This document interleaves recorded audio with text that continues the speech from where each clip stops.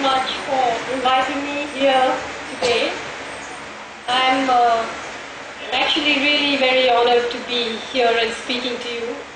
I've been here only for a few days, but it's enough to see what a huge legacy the APCLC and the movements that it's been associated with have left in this state. I truly am, sometimes people, have asked me about what I feel about the fact that the Maoists have been, the word they use is wiped out of Andhra Pradesh. But when I traveled yesterday to Warangal and when I saw how many little places there are lawyers, there are journalists, there are people who understand the situation with such a depth. And I don't know if you realize how special this is. I really think there's no other place in India where there's such a huge participation of people in this kind of understanding, and I really congratulate you for that. You go to Delhi and there are about 3 lawyers who even understand the meaning of civil rights. So this is a absolutely wonderful, wonderful achievement. The difficult thing about being the last speaker is everybody's already said everything, so I don't know how much more I can say.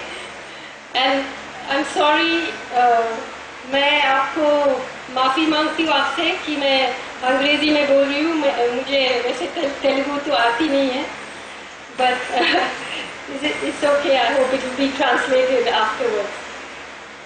Hindi, I'm a Malayali. I can speak in Malayalam. But anyway, I think what I will do is to try and pull the focus back a little bit to talk about the path that has led us to Operation Green Hunt. And to do that, I'll have to talk about one of the most successful scams of the 20th and 21st century, which goes by the name of Indian democracy. So we have to understand really what this democracy is structurally. The person who wrote the Indian Constitution, Baba Saheb Ambedkar, before he wrote the Constitution, had written in quite a lot of detail about how this kind of representative democracy was eventually going to lead to majoritarianism and to a kind of fascism. And that is a structural critique of this system that I think all of us have to understand, because we have to find systemic answers to the problem. Not, it's not going to end just if Operation Green Hunt is called off. So there were some questions that I had been asking. For instance, is there life after democracy? What sort of life will it be? What have we done to democracy? What have we turned it into? What happens when democracy has been used up? What happens when it has been hollowed out and emptied of meaning? What happens when every institution, when the courts, when the media, when the parliament, when the electoral process, when each of these institutions of democracy that are supposed to work as checks and balances, when each of them has been contaminated and emptied out, then what do we do? And what happens when democracy has completely fused into the free market? When we cannot see democracy separate from the free market, then what do we do?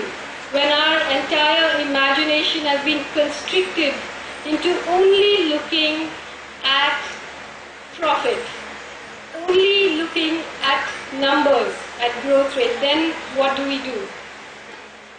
So these are some of the problems that, of course, many of us are very aware of and have been writing about for a long time. But I want us to just go back to 1989. 1989, the Berlin Wall fell. 1989, capitalism won its jihad against Soviet communism in the mountains of Afghanistan. And then people who had never heard of the Berlin Wall, or perhaps never heard of Afghanistan, suddenly their lives began to change. And what happened was that in the unipolar world, the Indian government did two things. One, it opened the locks of the Babri Masjid, the Congress government.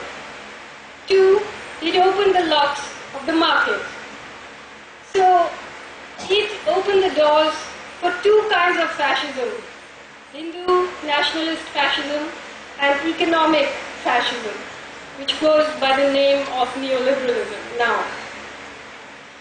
And both these two have journeyed parallel to each other. And now, all these years later, they have culminated in a few things. They have culminated in the captains of industry, Ratan Tata and Anil Ambani, publicly saying that they believe Narendra Modi should be one of our future prime ministers when the free market meets fascism. And they have culminated in now this open declaration of war against the poorest people in this country. As many speakers have said, this war has been going on for 60 years. But at least there were slogans, at least the government used to have slogans like Garibi Hatao. Ab wo ho gaya Garibon ko hatao, Garib ko hatao. So at the heart of this debate, we've got to put the word justice, not human rights. Human rights is a very important part of the discourse of justice, but it is not the whole of justice. So in this world of all these various kinds of fascism, justice has actually been reduced to a discourse on human rights. But it's not the same thing. It's not the same thing. Now we're talking about, I'm a writer, and I want to talk a little bit about how the first thing that was stolen from us in this new war was language. By language, I'm not talking about Hindi or Malayalam or Telugu or English, but I'm talking about the meaning of words. First, they took away the words like freedom, development, progress, and they deployed them like weapons against us to mean the opposite of what they have traditionally meant. So then, if you criticize them, you're anti-development or you're anti-progress. This robbing of language, in a way, is the keystone to the battle. They stole away those words. So then it began, the discourse. And today we're here on the death anniversary of Purushottam. A few years ago, I was in Istanbul doing a lecture on the first anniversary of the assassination of an Armenian journalist called Arundhati. He had already predicted his own death because he was talking in Turkey about the Armenian genocide that happened in 1915 when the Turks murdered 1 million Armenians. But even today in Turkey, you are not allowed to mention the words Armenian and genocide close to each other. And when he did, they killed him.